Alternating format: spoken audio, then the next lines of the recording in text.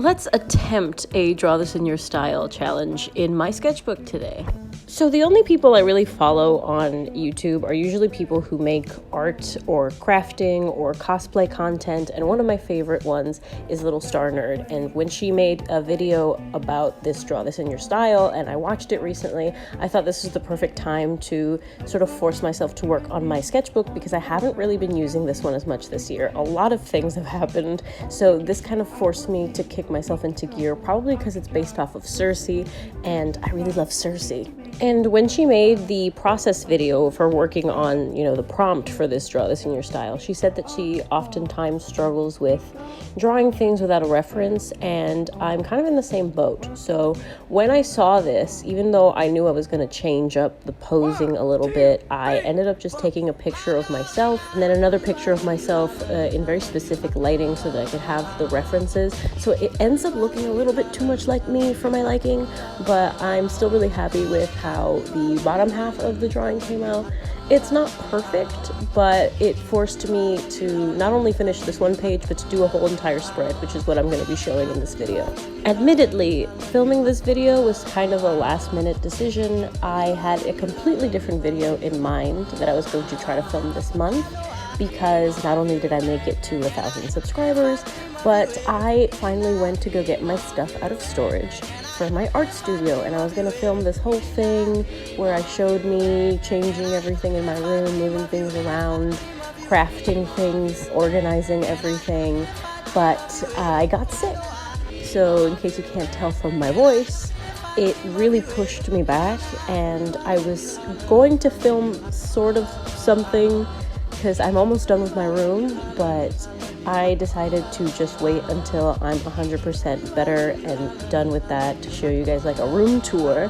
And I knew that I've been kind of in a slump even before I got sick, art-wise, so I thought that doing a draw this in your style would be like a good way for me to, one, actually force myself to make something, and two, to film something that I could share with you guys, just so that I'm not dead. I do absolutely have plans for the next upcoming video, because I got all my stuff out of storage. I have art books and old sketchbooks, and I got a new printer. Well, not a new printer, it was the one that was in storage, but it's in my house now.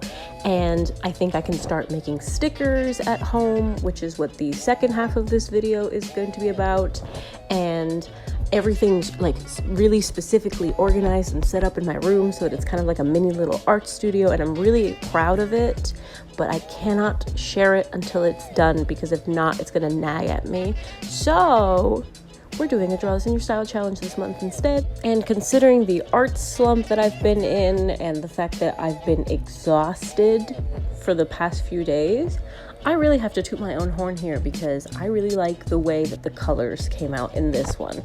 Like I said, it's not perfect. It's been a while since I've drawn something traditionally that wasn't like for a job related thing, and I think I just really needed to get out of that funk, and doing this really helped because it was like very dramatic lighting.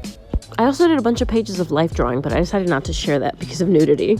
And it's kind of sad, because I genuinely prefer doing traditional art the most. It's like why I love using my sketchbook so much. But because of the way that things are set up, I have to do a lot of digital art. And I love it. I don't mind it. I like doing digital art too. But I have to do it a lot because of printing, and it's just easier to get like the kind of quality printing that I want when it's already a digital file, because I don't really have a scanner, at least not a scanner for art. It's mostly like the printer scanner combination thing, and when you try to scan something that isn't like a legal document, everything gets like pixely and it's kind of weird. So I haven't been doing as much traditional art for like the stuff that I end up selling at conventions, and I miss it a lot. So this was really fun. I think similar to Little Star Nerd, the original poster, I really enjoy using markers, especially for skin colors. Painting this was really fun. The only time that I think I started to get stuck is when I started to do the skull and the clothing, because I was trying to figure out how to separate the clothing without giving it a completely different color scheme, because I really didn't do a comp for this. I didn't think this through. I just kind of started sketching to force myself to work on it. So like I said, there's things that could obviously be done better, but I was just kind of going for it. In fact, that one leg on the left side is technically a mistake, because my original sketch, there was only just like the one slit in the dress, like in the original Draw This in Your Style, and the rest of it was going to be covered in cloth. But I completely forgot about it when I was like painting the skin tone, and I just ended up painting like the legs. So I was hoping that the skull and the rest of the dress would like sort of insinuate that like she is covered-ish. She's just squatting. It's Poison Ivy vibes. Also, when I record these, I'm recording this on my phone, and I try to zoom in whenever I'm going to work on specific details, because I know that from far away, when you're using markers, because it's staining, you can't really see all of the detail that's going into it. When I finished this drawing, I ended up using my scanning app on my phone so that you guys could see all the detail, and I will put like the finished piece at the end. Admittedly, I did not sketch out the skull in any particular fashion. I didn't do any research. I didn't look up how, even when I took a picture, I was holding nothing. I didn't have a bowl in the reference picture. So I know that it's a little wonky, but I thought that like having like the water cascade down would look cool, and you know what, it did, so I don't care. We have now made it to the gel pen portion of my traditional drawing, and this is my favorite part ever, because this is when I start to add in like the light color details, and I love doing this so god dang much. If I could get a lifetime supply of Sakura gel pens, I would be a happy person. I honestly think that when I saw the original drawing and I saw the lighting, like the dramatic lighting and the way that it framed the face, I knew instantly that I needed to do that, because I really love doing that. I really love when you can see the bright parts all over the face, so that was really fun. As for this part, I really don't have an excuse as to why I used green, because there is no green in the original drawing. It's just that for some reason, when she said that she was inspired by the Circe painting from John William Waterhouse, who is one of my favorite painters of all time, I instantly thought of like that original one where she has that giant like green bowl, and I don't know, I just did green in it, which meant that I had to change some things in the original colors, and that's why I'm kind of iffy on it at the end, because I don't think it looks exactly like the color palette in the original Draw This in Your Style, but I like green. And I do think that when I was painting this, even though I think I salvaged it a bit at the end, I was at risk of when you do a little too much to a painting, because right now, as it is, I really like the way this looks, and I think I could have stopped at any time, but I kept adding to it. And seriously, once again, look at that face. Look at the detail on that face. That's why I literally don't even care that it looks a little too much like me in the reference photo that I used, because the lighting is too good. And for some reason on camera, the top of her head looks a little too purple, but like in real life, it just looks like the dark part of her hair. And looking at it in this angle, I honestly really love it. The one thing that I would change is the arm placement. I think the picture that I'm looking at, because in the reference photo I'm wearing really baggy clothes. I'm specifically wearing shorts and like a really big shirt, so you can't really see the detail where my shoulder is. I couldn't see like where the arm and elbow were supposed to be, so that could definitely be better. Like I could put this into Procreate and just angle the arm a little bit off, maybe like shave it down, make it a little longer on the elbow side, but overall I'm still really proud of it, because I think it's like a good dynamic pose. I think I need to start focusing on posing characters in a very specific way, because I can't keep getting away with them just standing there. Plus, this is my sketchbook. It's not for a client or anything. It doesn't have to be 100% perfect, which I think is something that people need to realize when they're working in their own sketchbook, myself included. So yeah, so the arm's a little wonky, but the thigh and the hair and the lighting on the face are really good, so I'm gonna commend myself for that. And like I said, it's been so long since I was able to like sit down and just pull out my pens and like really work in my sketchbook, and it was so fun. Like I had my Spotify on, I was at peace, this, I was outside. I was going to record in my room, but it was still a mess from me reorganizing everything, and the lighting was not that good. I go back into my room when I start working on the second half of this video, and you can see the lighting is just Also, this is when I thought that something was like missing, which is why I added the pink to the ends of the hair, and I just love it so much. I was trying to replicate the texture that she has in the original Draw This in Your Style prompt, but I don't really use coloring pencils like that, so I ended up doing the scribble technique that I use in a lot of my Mythological May series sketches, and I really like it. The only thing I don't like is like the orangey colors, because I tried to do it like in the original one, and because of the way that gel pens are, it just kind of looks a little too annoying. I tried to cover it up, and then I ended up just adding in a few pinks to sort of bring it all together. So not an exact color match. There's green and there's pinks that weren't in the original one, but I really like them together. Like I said, there are definitely things that I could fix or edit digitally, but I decided to just scan it as is. And usually when I work at home, I set timers for myself so that I don't overdo it for my overall wrist health. And I still had a few minutes left, and I decided to end up doing some doodles on the secondary page. I've been meaning to sort of diversify the kind of art that I make for my Etsy and for conventions, because when I did Comic-Con, I was kind of surprised at what sold versus didn't do so hot.